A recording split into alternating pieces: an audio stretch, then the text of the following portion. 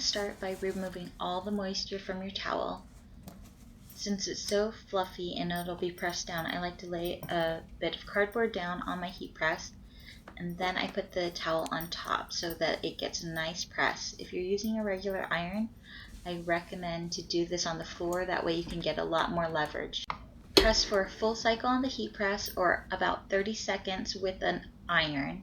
For the rest of this video, I'm going to just speed through the heat press cycles, but do use a full cycle when ironing on your vinyl. Now you want to find the center front edge of your towel. Just fold your towel in half and place a pin at the center point.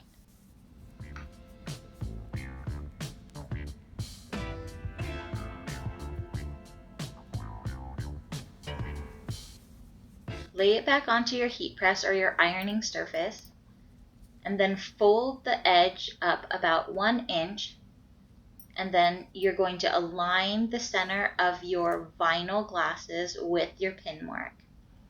You should have already cut your vinyl out on a cutting machine or with an X-Acto knife or scissors, tracing it by hand.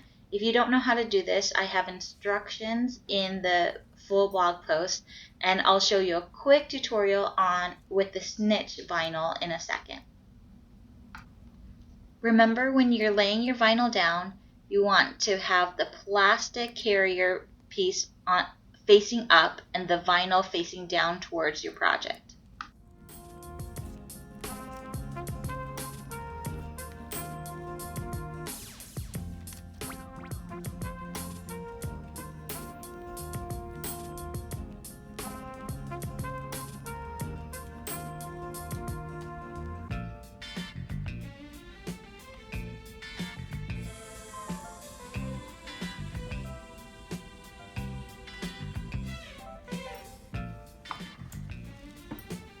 Press the vinyl on with a full cycle on your heat press or with your iron.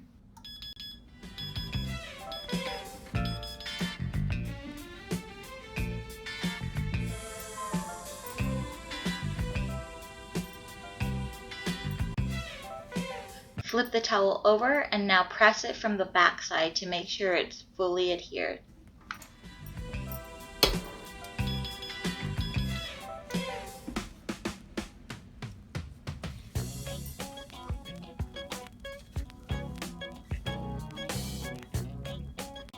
Next, slowly pull at the edge of your plastic pieces.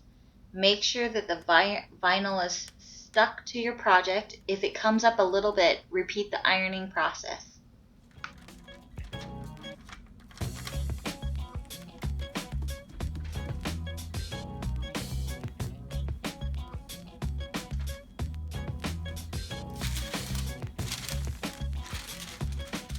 I like to make sure it's good and stuck by putting a layer of parchment paper on and doing another press cycle.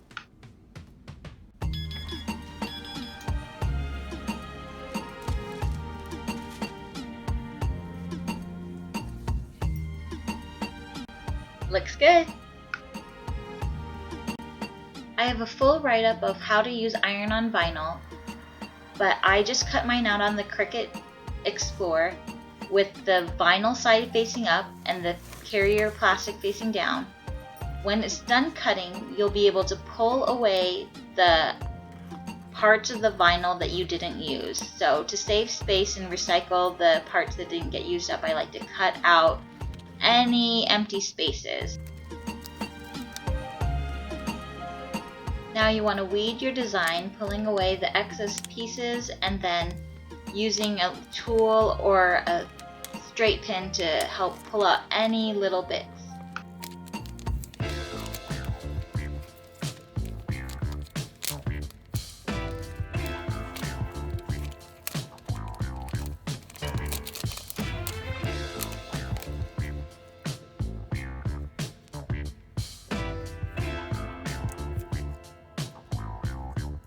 Remember, when you cut out vinyl, you want to cut it mirror image so that it's flipped, so that when you place it down on your project, the letters and designs are facing the correct direction.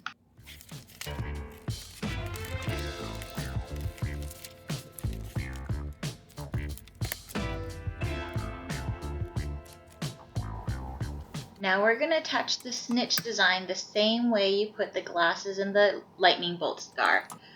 Press to get the heat out, press through the plastic, flip over, and press through the black to make it extra stuck, and then carefully remove the plastic,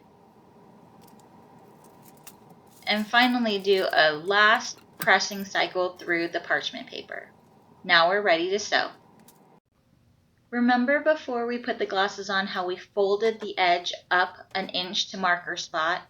Fold that back over, pin in place, and then sew down that top flap to form a lip of the hood.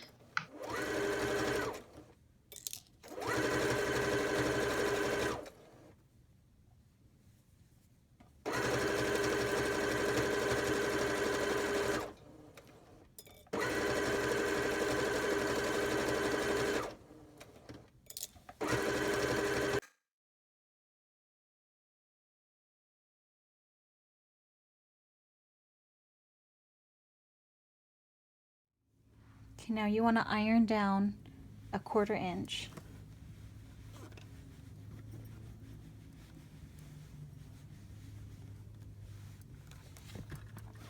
On each side.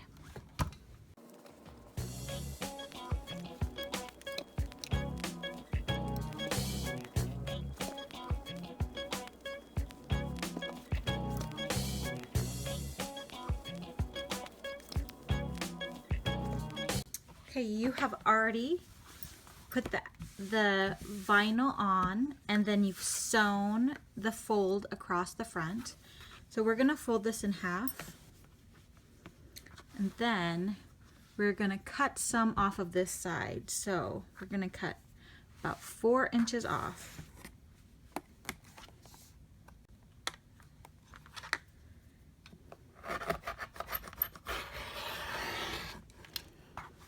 There you go. And now we're gonna sew this raw edge together with the serger or a sewing machine, and then finish it with a zigzag stitch. So turn it right sides together so that the vinyl is on the inside, and we're gonna sew down this line.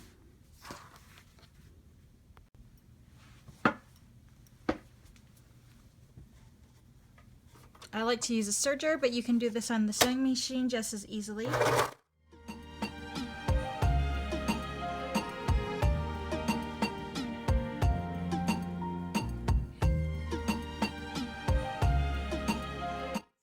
Sewing machine, just make sure to finish the edges with a zigzag or something like that when you're done. So now you turn it back right side out, and there is the hood of your towel.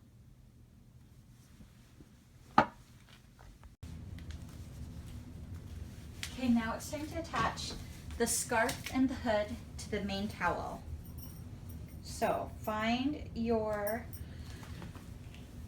the snitch side, and then fold it in half, mark the center,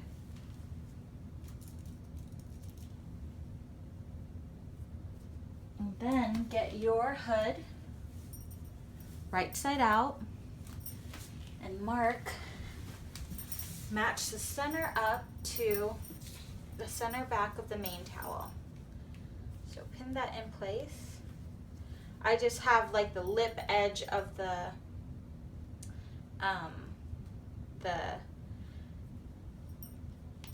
hood towel hanging over it.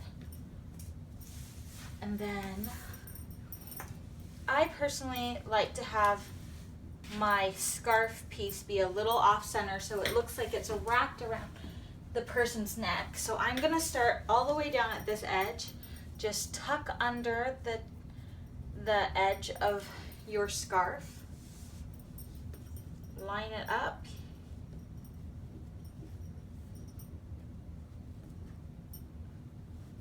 and then pin it in place.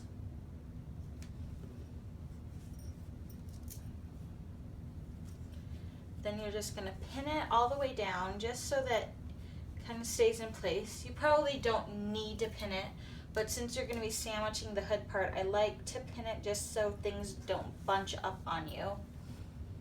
Okay, so just kind of lay the hood part out, and then you could trim those strings, or you could just tuck them under like I did, and they'll be sandwiched in, and no one will know.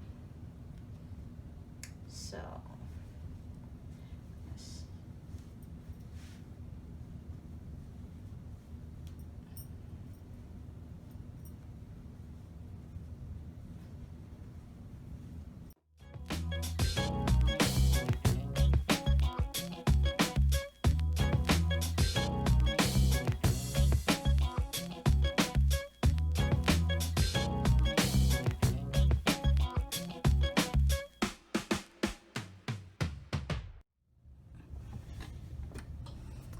I am sewing with just a regular straight stitch. I've got it lengthened to a little bit longer than I normally sew with.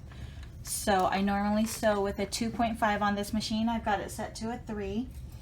And I'm just going to do a regular straight stitch, but if you want a little more wiggle room, then you can do a zigzag stitch, and it'll be a little more forgiving with you when you're trying to catch all the layers.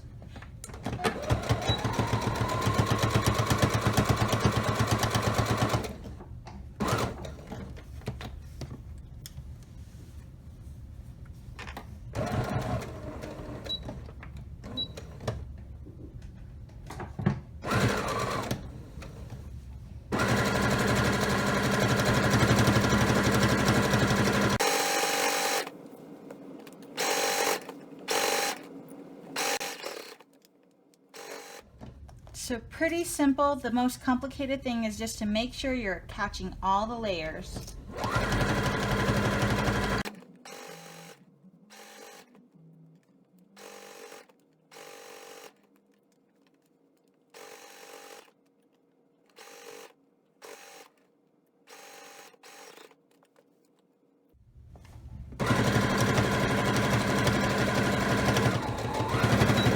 Okay, now at this point, instead of turning it around and having all this huge part of the towel to feed through here, I'm going to pull it out and I'm going to go back to the beginning so that we only have to deal with the small bunching of the hood.